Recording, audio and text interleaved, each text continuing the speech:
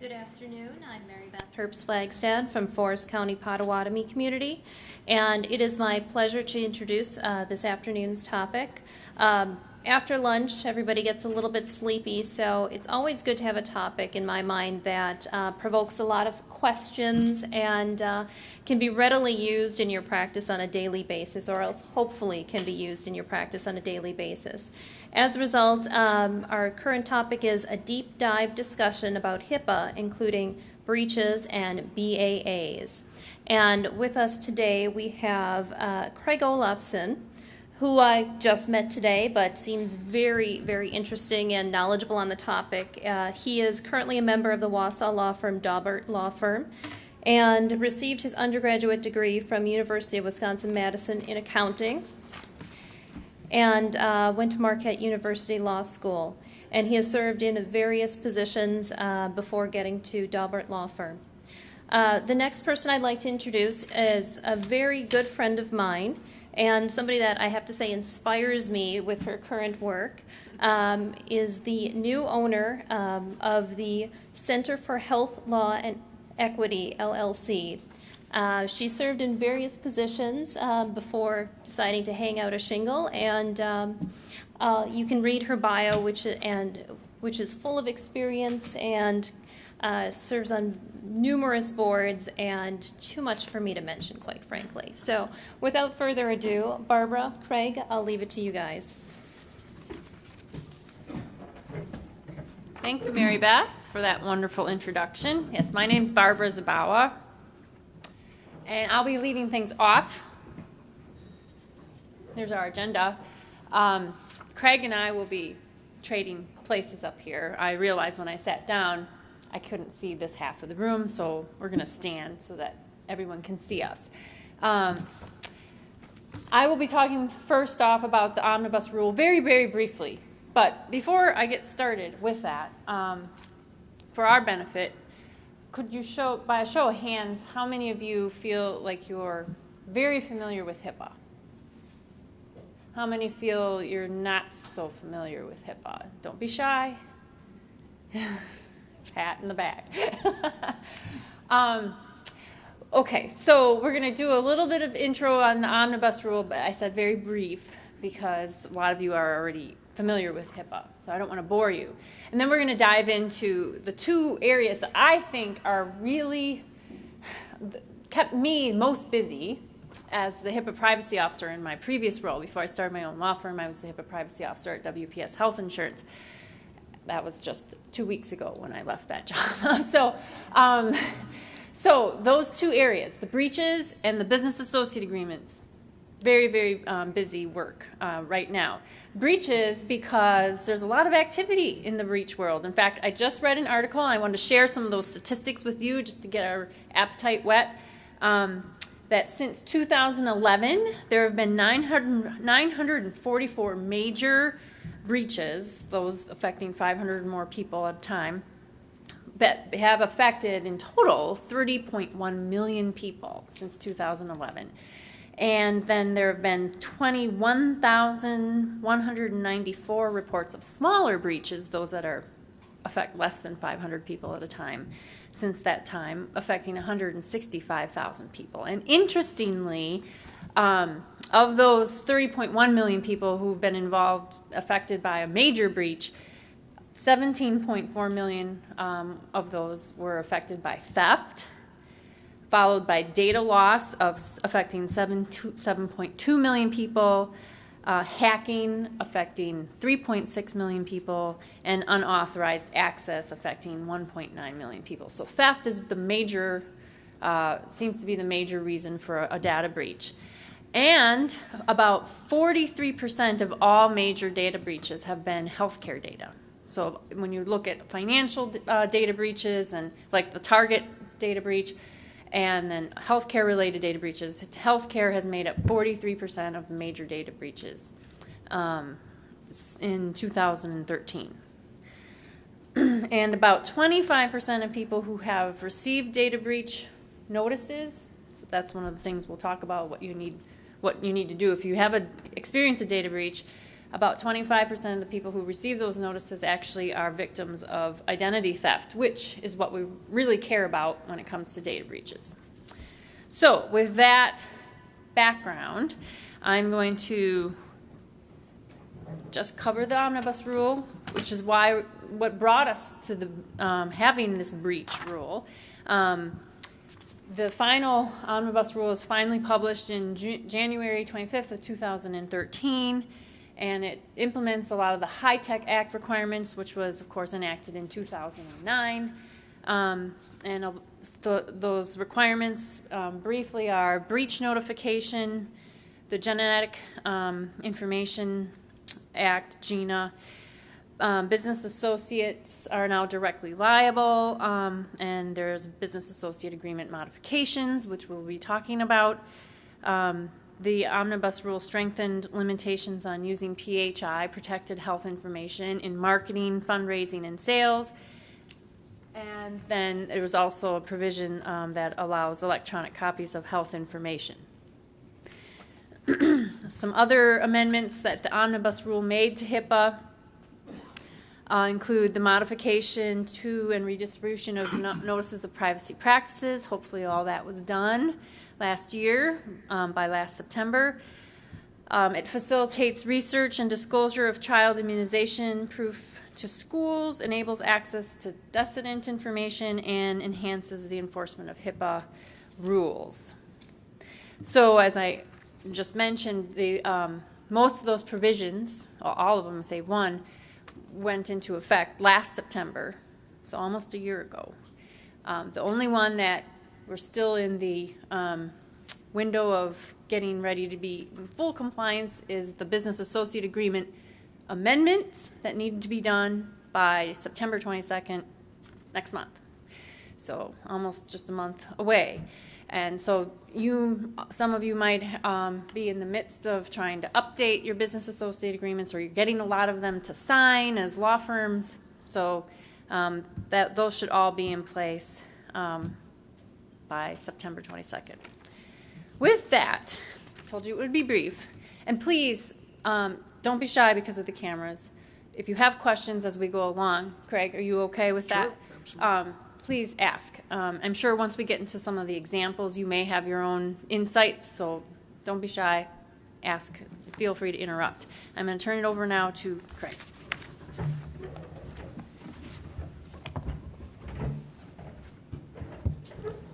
Thank you.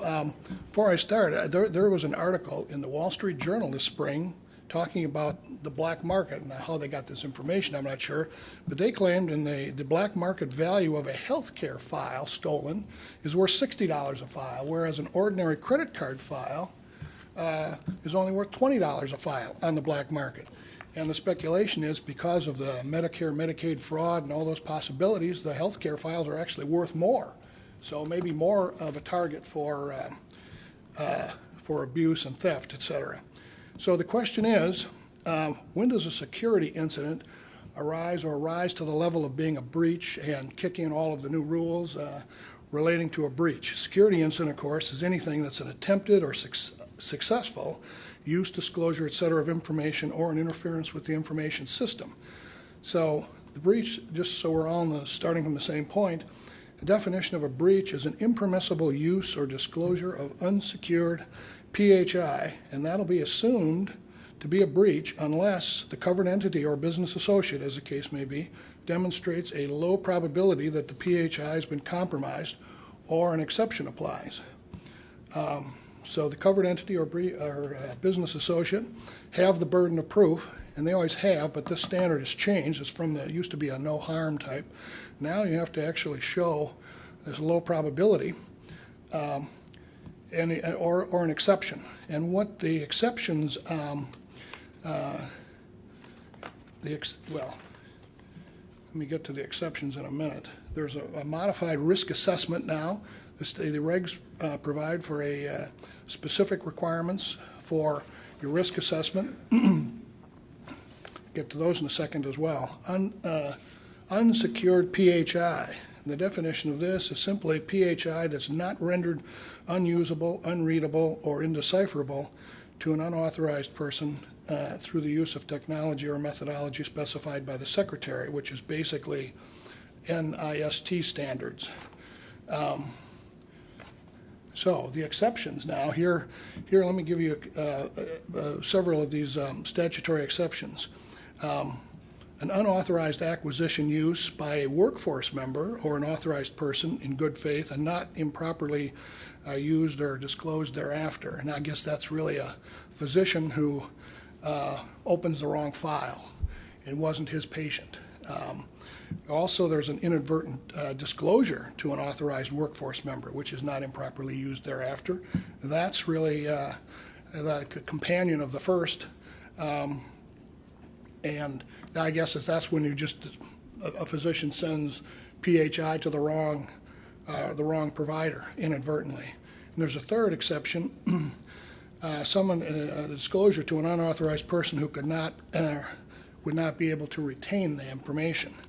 And that's kind of hard to figure an example of, maybe a dementia patient or somebody the information went by real fast, but those are three things that don't apply and shouldn't.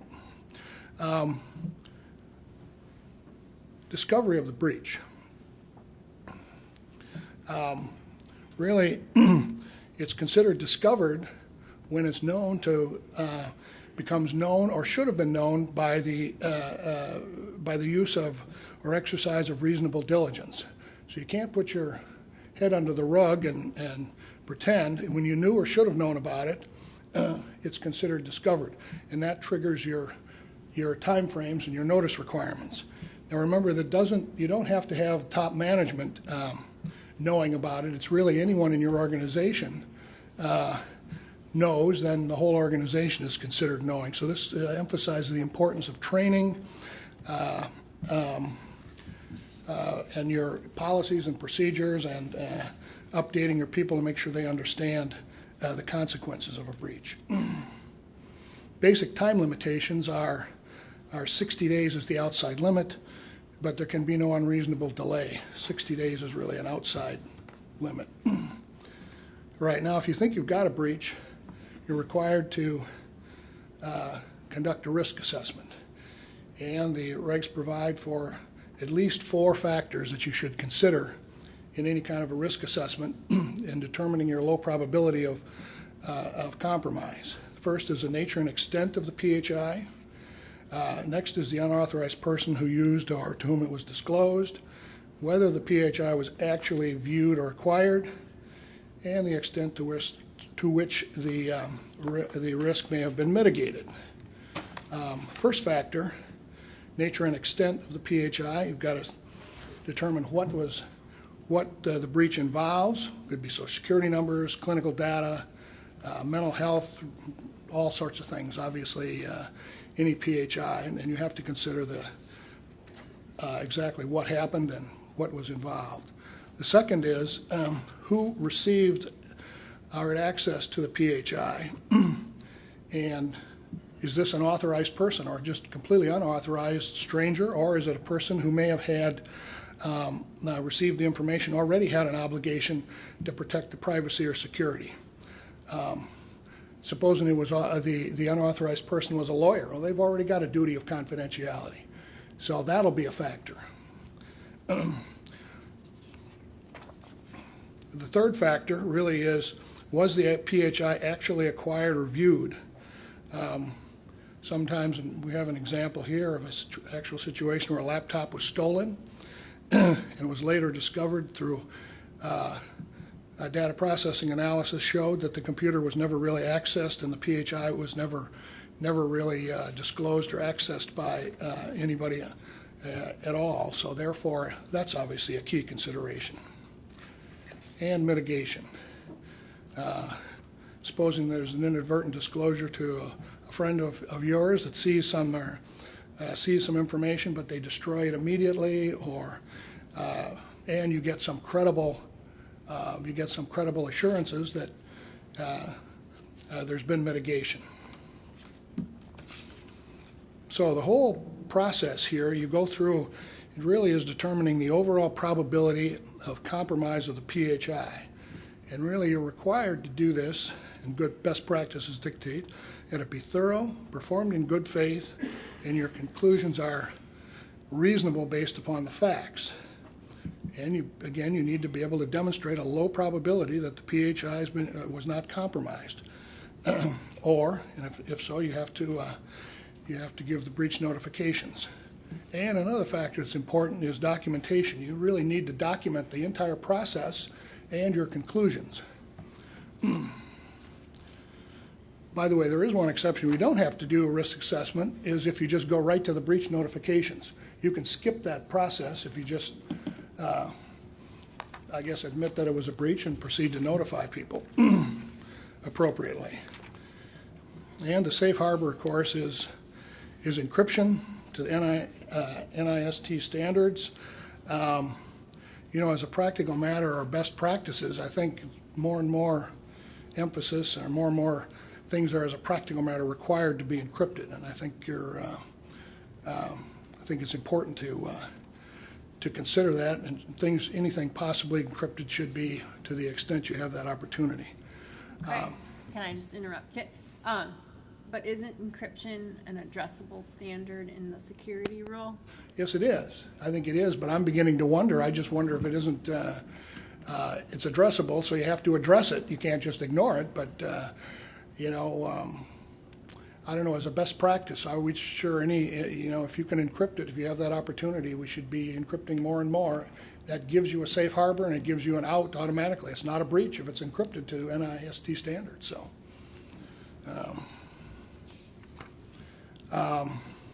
Time frames to the notices. The notices, if it is a breach, if you did make that determination, to the individual involved, has to be done without unreasonable delay, not later than 60 days, and that applies to the covered entity giving notice to the individual, and also the business associate giving notice to the covered entity involved. In the case of the secretary, if it's less than 500, if it's a smaller one, you can do a yearly log and report that. Or if it's more than 500 individuals, you can you have to give an immediate notice. And obviously, if it's more than 500, and this is a real crusher, you have to report it to the media. And again, that's very prompt, and that's a disaster to have to do that. As damages one's reputation and so on and so forth.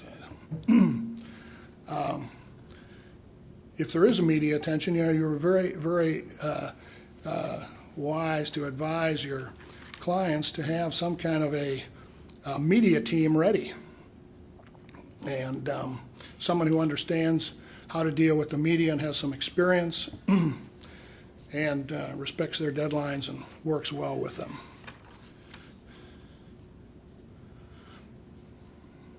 So, what can we do here? We general advice and practical pointers: review and update your policies. The whole workforce should be trained. Remember, if anybody in the organization knows, it's basically your organization knows. You ought to identify a response team, privacy officer, security officer, depending on how big your organization is. But you ought to plan in advance and have contingency plans. Know who's going to be involved in dealing with a breach beforehand. So with that, Barb, we get back to some examples. So this is the fun part. This is where we get to apply our knowledge.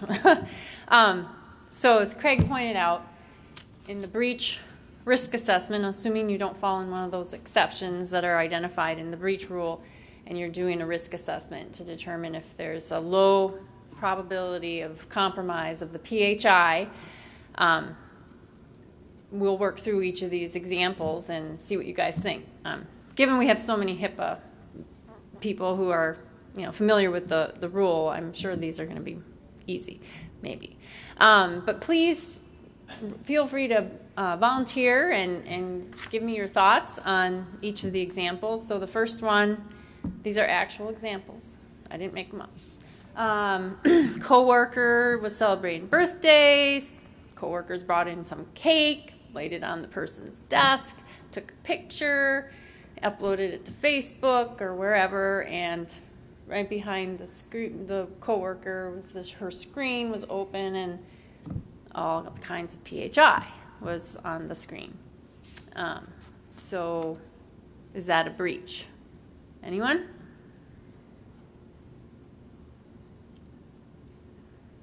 the information readable in the picture? Let's assume yes.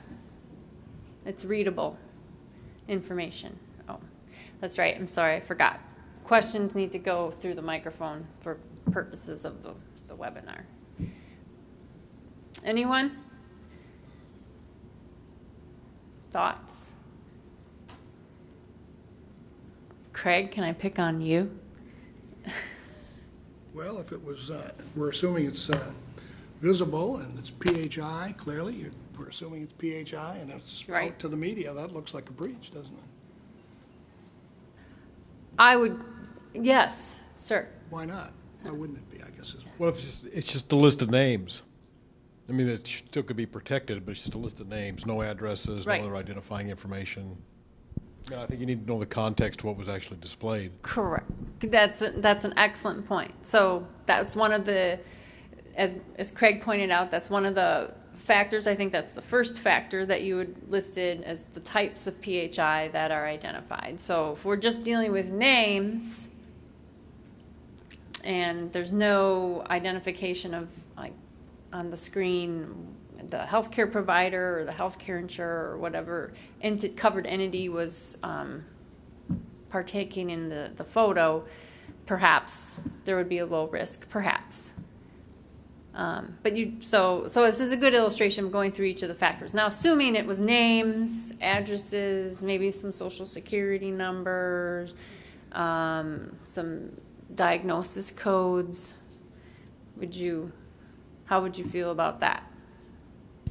Looking more like a breach. It's looking more like a breach. I agree. Okay, well, so assuming we have a lot of sensitive information in there and it's on the screen and it's visible, and it's out now in social media space, I probably would err on the side of calling it a breach, me personally. Okay, next one. As part of their training, 2 paramedic students who were in the emergency department of a hospital took digital photos of a patient who was a shark attack victim. Again, these are real. I didn't make this up. And subsequently emailed the photos to numerous friends. Is this a breach?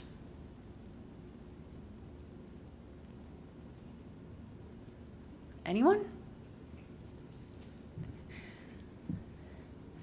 Was the face showing? Were there tattoos? Is there some way to identify the person? That's going to be an interesting in the analysis, but I Right, guess so one little picture of if it was just a picture of a leg, big picture of a leg maybe, with a and bite, you with know, the that- bite, maybe not. But if it was the You know, full, if you could, the point of this example is that assuming this was a full picture of the person, head and everything, and you could identify them through the photo, it's important to remember that PHI can be something other than words. It can be a picture, as simple as a picture, if it's identifiable, especially if something like that was in the news, because shark attacks are often in local news. There's only one shark bite. If this goes out and there's only one shark bite and it's in the newspaper, and, you know, in your town, then you've identified the person. So context is important, but keep in mind that PHI can be more than just words or numbers. Okay, third example. I love this one. Hospital left 71 cardboard boxes of medical records unattended and accessible to unauthorized persons on a physician's driveway. Background was this physician was leaving his employ and he was on vacation, and the hospital decided to discard of his records and just put them on his driveway. Hospital knew the physician wasn't home, but no one accessed the information. Physician came back from vacation, found all the boxes unopened, but complained. Is that a breach? Yes. I'm interested in how you can prove that no one accessed the boxes. I'm just going by what, yeah. Yeah, it's a good question. It's a good question. Proving a negative is always, next to impossible, so it's. Right. But assuming it's not, Yeah. So I guess we can't answer then if the PHI has been compromised. But assuming it hasn't been, it just seems like a safeguard failure and not Yes. a reportable breach. Yes, but the physician did complain to, I think, OCR, Office of Civil Rights, and the hospital got, they agreed to settle for $800,000 in this case, even though presumably no unauthorized person accessed the PHI. Was there a hand? Oh, one moment for the microphone, Sorry. please. Yeah, no, we have that added caveat. One of the bigger drug companies, I think, chains, didn't they throw their orders for drugs in a dumpster or something like that? And they were fined over $1 million or whatever a few years ago. I don't recall that incident, but do we know if that anyone retrieved? Okay. So the point of that example was just to show that even if there's technically no breach, no unauthorized person actually accessed the information, carelessness can still cost you a lot of money. So, next example. A payer sends an explanation of benefits form to a wrong provider. Just in case you don't know, explanation of benefits or EOBs have patient names, addresses, procedure codes, member numbers, provider name, information. No social security number. The provider who gets the EOB in error alerts the payer, calls the insurer and says, I'll shred this, you sent this to me in error. Is that a breach? Oh, just a second. Right here. Sounds like a mitigated breach. Mitigated, yes. Anyone else want to chime in? What about the fact that it was a provider who received the EOB in error? Does that make a difference to anyone in their calculus?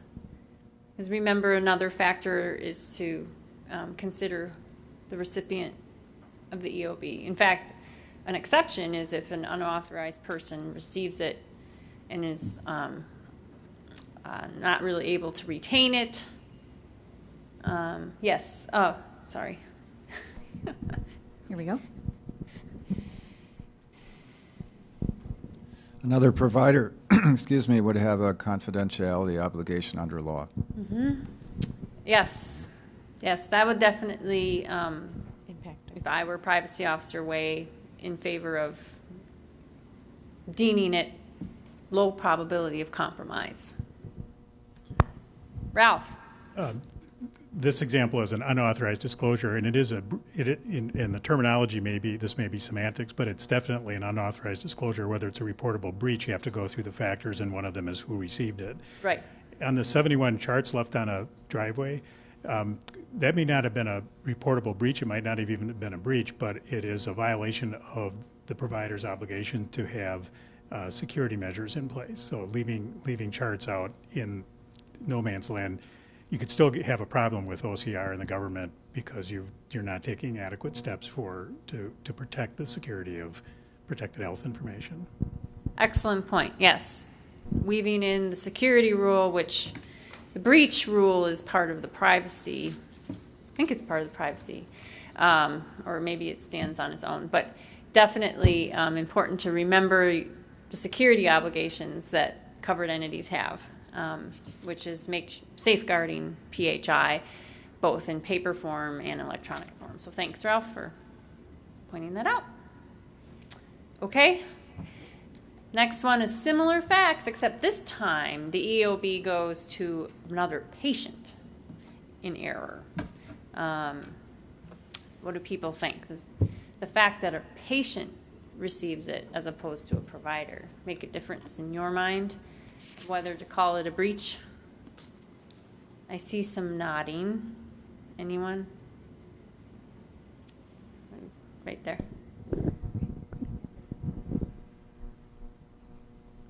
It's the other side of what I just talked about. It's a person without an obligation to keep it confidential. Question is, what was the extent of the breach and whether there's any harm done? So my second question on this slide is, does it matter if the patient agrees they're going to shred it? You know, so they call up the payer and say, this is not me. I don't know who received these. There's another patient identified. So maybe it was slipped on, it fell in the envelope. It was in the back of their own EOB. But I'll shred it. I'd send a messenger out and say that I actually got the thing back and then I shredded it at my own office, if you want to really be careful about it. Yep. I mean, that would be a mitigation step. If it was not possible to send a messenger out, maybe the insurer is a national insurer and they don't have an office nearby and this is a remote area from where the patient's calling. Maybe you just have to take their word for it. Angela. I have made patients sign affidavits in some circumstances, even by email, just to provide a little bit extra documentation of mitigation efforts.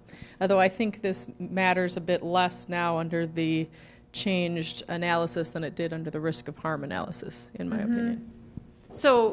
So if you get a signed affidavit back from a patient saying, I shredded this, I no longer have access to this information, would you then deem it not reportable? I would deem it reportable based on the compromise, whereas under the previous analysis, I think we had more room to say there was not a significant risk of harm to the individual. Right. But that's how I would say the majority of the similar analyses I've performed or that my clients have performed are shaking out.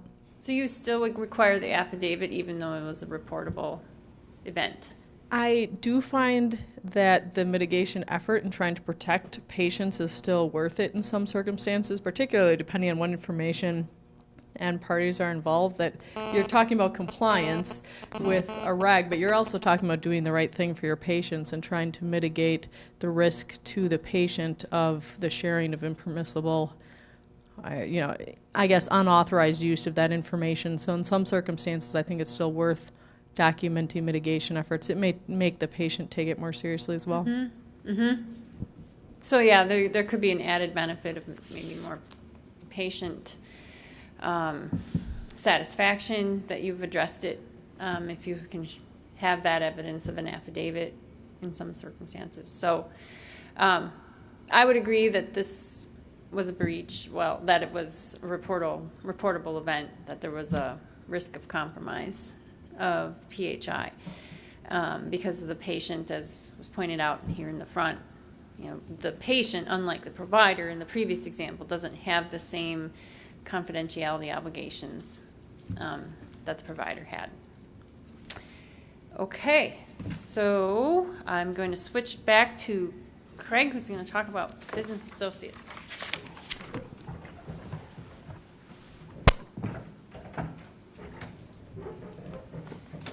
Okay, there's some changes relating to business associates. Now, just starting with a basic definition of a business associate is not a member of the covered entity's workforce who performs a function or activity using individually identifiable health information involving, and there's a list there.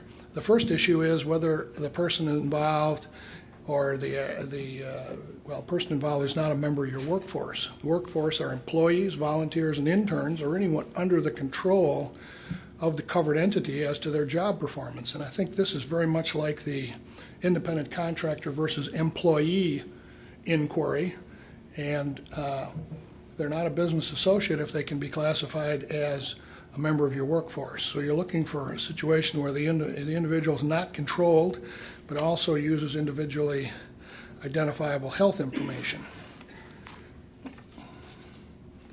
There's also a list here of other vendor activities, and these are usually almost always outsiders. Number 3 there, the legal, actuarial, accounting, all of these outside functions are going to be business associates and need to have agreements and comply with the rules. One of the tests for at least the smaller businesses is you can start with your accounts payable. In other words, look at the list of people you're paying money to, or the businesses you're paying money to, and really is a question of whether those folks have access or use of individually identifiable information. And I guess if you start with, if you use the accounts payable, hopefully you'll catch everybody and won't miss anyone in the process. Okay, the final rule expands the definition somewhat of a business associate, companies who maintain PHI on behalf of the covered entity, the data storage companies, and there's some issue with the cloud storage and transfer of information and passing around.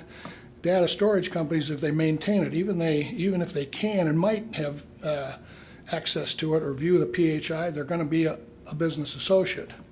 If they're a mere conduit, okay, and they would have no need or no opportunity to access it, then they're not a business associate. And what we've seen, something interesting that happens among the IT people and large companies and small vendors going to great lengths to avoid becoming a business associate. So they avoid all of these rules and regulations. And the way they do that, of course, is to kind of block themselves out and make sure that they can never, they may be serving a covered entity as a client, but they can never get at the protected health information. So only all the passwords and codes are retained only by the covered entity, and the IT vendor or the data storage companies don't have access to it and can't have access to it. Now that gets to be, you need some technical assurance that that's the case, and but anyways, there's real value to these folks to avoid becoming business associates, so they don't have to undertake all of these requirements.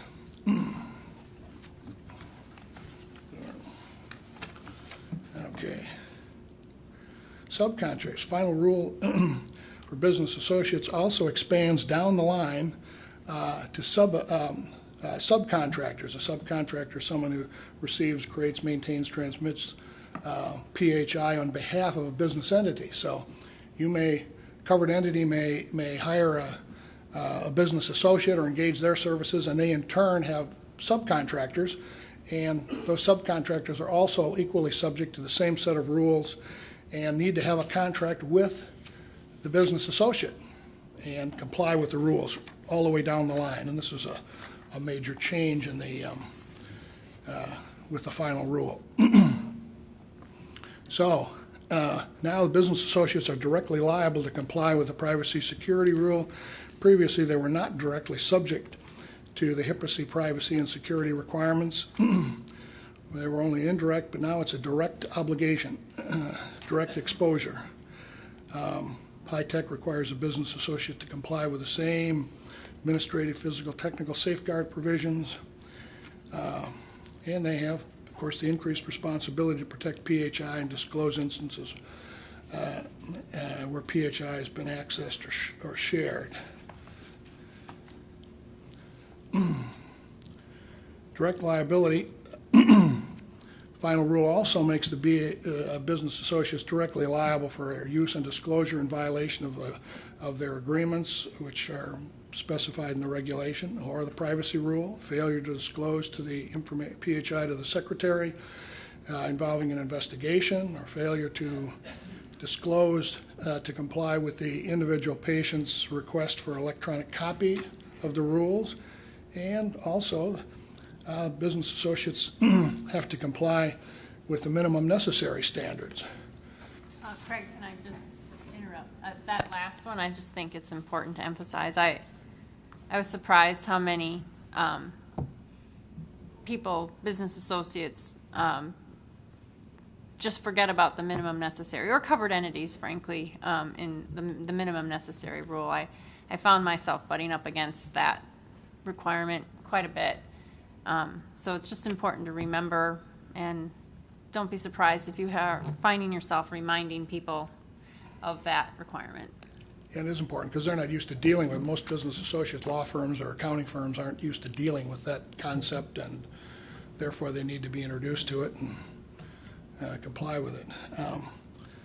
Final rule also requires business associates to enter into agreements with the subcontractors, which we said they go right down the line. If the business associate becomes aware that the subcontractor is not performing, and the business associate has to take steps to cure it or terminate the contract, and that's got to be part of their contractual arrangements. In amending existing contracts, we're rapidly running out of time for these amendments, but anyways, if you were going to amend a previously compliant business associate agreement, these are a couple of the things that for amendments require them to comply with the security rule, require the business associate to report a breach of unsecured PHI, require the business associate to enter into agreements with subcontractors, and to comply with the privacy rule to the extent they carry out the covered entity's obligations under the security rule. Now, hopefully I got along, we can have some more examples from Barbara here. Okay. So now examples for business associate agreements, and I'm really surprised out there in the marketplace, and you might have your own stories about how much confusion there still is over whether a business associate agreement is needed or not in a particular relationship. And so I tried to pull together some examples that I've encountered where the questions come up, and I think it helps illustrate the difference between a business associate and just a vendor who's not a business associate. So first one is a software vendor for a covered entity. Do you think that is a business associate and therefore a BAA is required? Anyone? Down here. Let me get you at the mic. Thanks. If they provide maintenance for their product and they have to go into the system and have access to the operating software in the system, then maybe so. If they have access to the PHI. Right. Yes. Yes, that's correct. That's what I was looking for. A software vendor that just sells software but does nothing else is not a business associate because they're not accessing PHI. Now, another nuance to that question is, well, what if it's a software vendor and then they send some of their employees on site to work at the covered entity, and then the software vendor's employees have access to your systems and are working with your systems? Is a business associate agreement needed in that circumstance?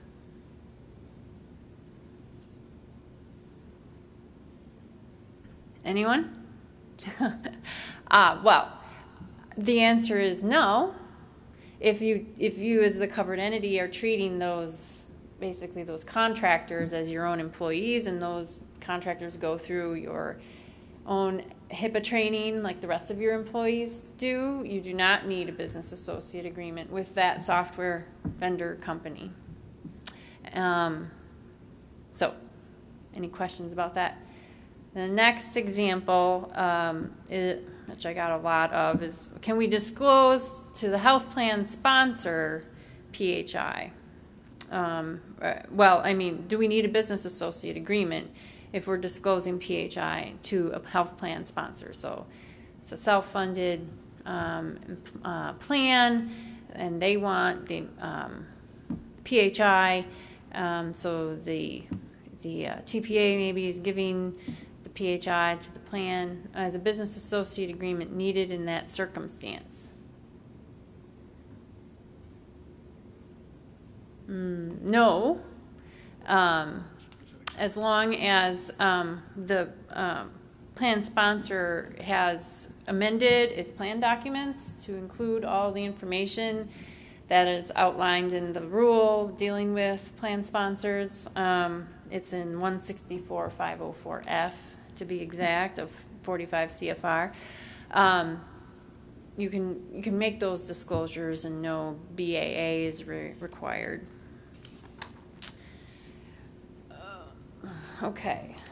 Another example, covered entities, janitorial or electrician service persons. Do you need business associate agreements with them? They're coming into your office and cleaning your office, or they're fixing maybe the fax machine or the lighting. Is a BAA required with them?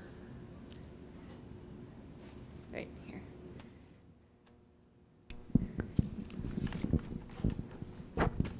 No, unless you're leaving out all the PHI all over the place every night when they come in to clean the office. And that's not a good practice. That would probably be in violation of, security rules and your policies and procedures. You wouldn't want to be doing that. But those would be incidental disclosures for the purposes of the service company that's coming in to do whatever. They're not there to see the PHI. And they don't need access to the PHI to do the job that you've hired them to do. So no business associate is needed in that circumstance. How about if a provider submits a claim to a health plan for payment? Is a BAA required in between the plan and the provider?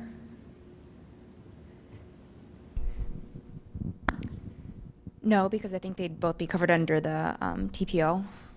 Yeah, and they're both acting as covered entities. So when we're acting as the covered entity, you automatically have your own HIPAA obligations. I mean, the BAA is really just a document that's telling the other party to comply with the HIPAA security rule and parts of the privacy rule. But if you're a covered entity already, you already have to do that. The next one, I've gotten this question a lot too. Financial institutions who process debit or credit cards of a provider's patients. So patients paying for the visit via a credit card. Is that financial institution, do you need a BAA with that financial institution? Ralph back in the back. Sorry. No. Thank you. No, because the financial institution that's processing consumer conducted transactions is performing a function or activity. It's not performing that function or activity on behalf of the covered entity. And so a business associate, remember, the definition is you're performing it on behalf of the covered entity. It's actually performing it on behalf of the patient. So it's not a BAA situation. And I'm getting these answers, by the way, from OCR. And at the last slide, I'll show you the website. This is what I love, is the sub-regulatory guidance that exists in the healthcare world. HIPAA is no exception. These are in the FAQs on OCR's website. So you can go and see if you can find, if you do ever encounter a situation where you're just not sure if a BAA is required, or if they have different categories of questions. It might be possible that your very situation is on their FAQ website, and you can search for an answer. And it's something to rely on. It's something to hang your hat on, and even though it's not in the regulations or in a preamble in the Federal Register, it's something. So, in case you were wondering where I was getting these answers, healthcare clearinghouse that translates a claim from a non-standard format to a standard format on behalf of a provider and forwards that process transaction to a payer. Is a BAA required in that instance between the provider and the clearinghouse?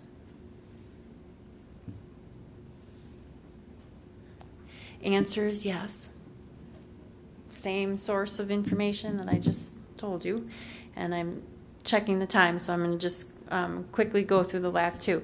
Attorney whose legal services involve access to PHI. Should be an easy one. Yes. And then physicians with hospital privileges. Does a physician need a BAA with the hospital? No. Similar reason with the provider and the payer. They also could be part of an organized healthcare arrangement. So this is the resource where I was getting a lot of these questions and answers from. I encourage you to go there. It's useful. And I think that's it. Oh, down here's a question.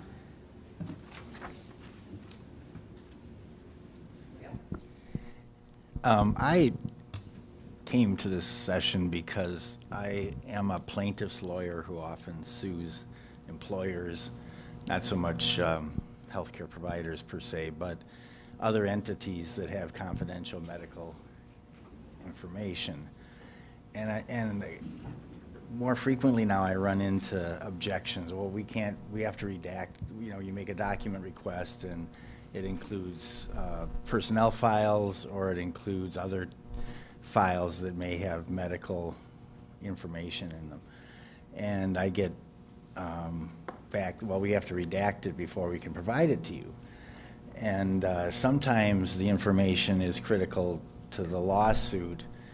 And my question is as in a situation like that, would a simple protective order for non-redisclosure or for sealing the documents and things like that so that they aren't being able to be used outside the course of the litigation suffice? What I often get from a very stubborn attorneys on the other side is, well, you have to go get consents from each individual patient. And it sounds to me like from what you're saying, at least in the context of a BAA, you don't need individual consent from your patients to redisclose that information.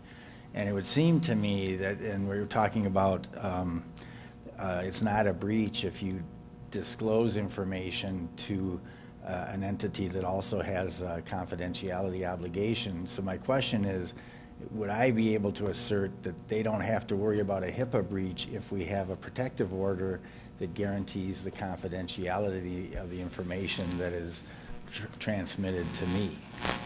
Right. So your question has a lot of different layers. Let me first back up and say, if an employer who's actually wearing the employer hat and it's not a covered entity, and it's not wearing a covered entity hat, HIPAA does not apply to employment records, even if there's health information in those employment records.